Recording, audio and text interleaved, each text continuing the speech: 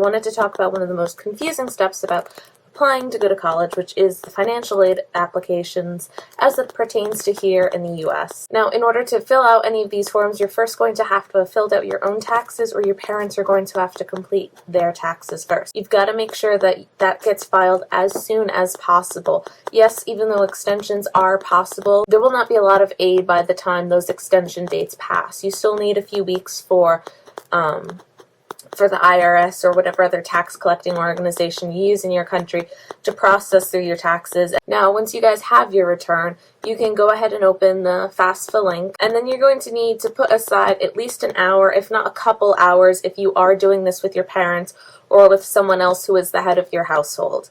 Basically, what's going to happen is you're going to get 20 to 50 questions, the nosiest questions you have ever had to answer. They're going to want to know how much you have, right down to how much cash you have in your pocket right now and all the pennies you've got hiding in your sofa. It's going to ask, of course, for your basic demographic information for both yourself and anyone else in your household, including children, even if they're not yours. But really, they just want to know how many other people in your household are going to college right now. It's also going to ask if you guys have any bonds, any investments, anything like that. Unfortunately, it does not take into account things like car payments or mortgage payments or any other loans and financial plans that your family may be paying out already. It's going to assume every dollar that you guys have is something that could be put towards your college or university payments, even though you guys may have already put this aside for medical bills or something like that. When you guys get to the end, there's going to be that "do you have anything else you'd like to tell us?" question, and that's going to be where you say, "Hey, yeah, we spent $10,000 in medical bills," or things like that. As you start going into the process, the questions are going to be slightly altered depending on what your answers are. For instance, if you are a veteran or if your husband or wife is a veteran,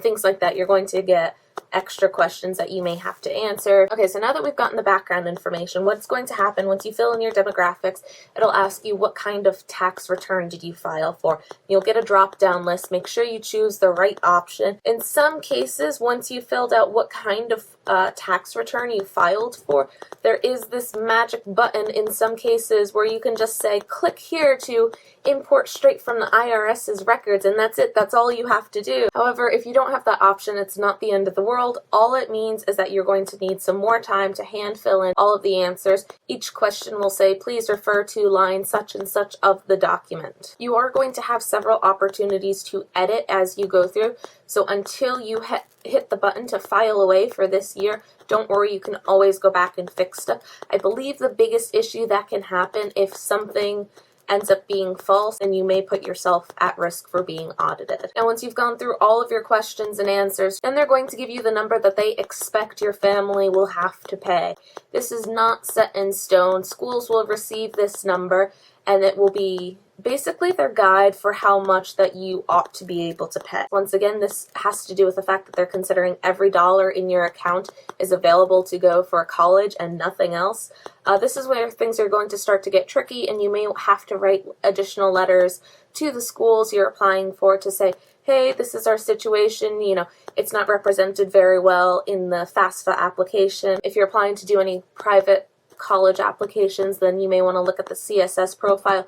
It is much more detailed, but that may give you a better deal. If you haven't filed taxes for yourself already, or if your family needs some extra help, remember there are organizations like H&R Block which can do it for free or for cheap if you don't already have a tax preparer. Make sure that you're including all of your medical expenses spent that year, including trips to the doctors, the hospitals, prescriptions, anything like that. Also, if you guys take the bus or the train or a cab to your doctor, those can also usually be put towards your taxes for reimbursement purposes. The earlier in the game that you send out these letters saying that, you would like to be considered for further endowments or grants, scholarships, etc., that's going to be when you're more likely to get them. And let's say you're waiting on the state deadline instead of the school's deadline, then you're going to be left with the dregs. It's definitely a situation that you're going to want to avoid completely. But of course, you don't want to freak out until you get your financial aid application from your school. They may have given you work study, which may not have been reflected in your FAFSA application. They may have covered much more than FAFSA initially expected. Don't eliminate schools completely just because you get back a less than favorable family contribution number from the application.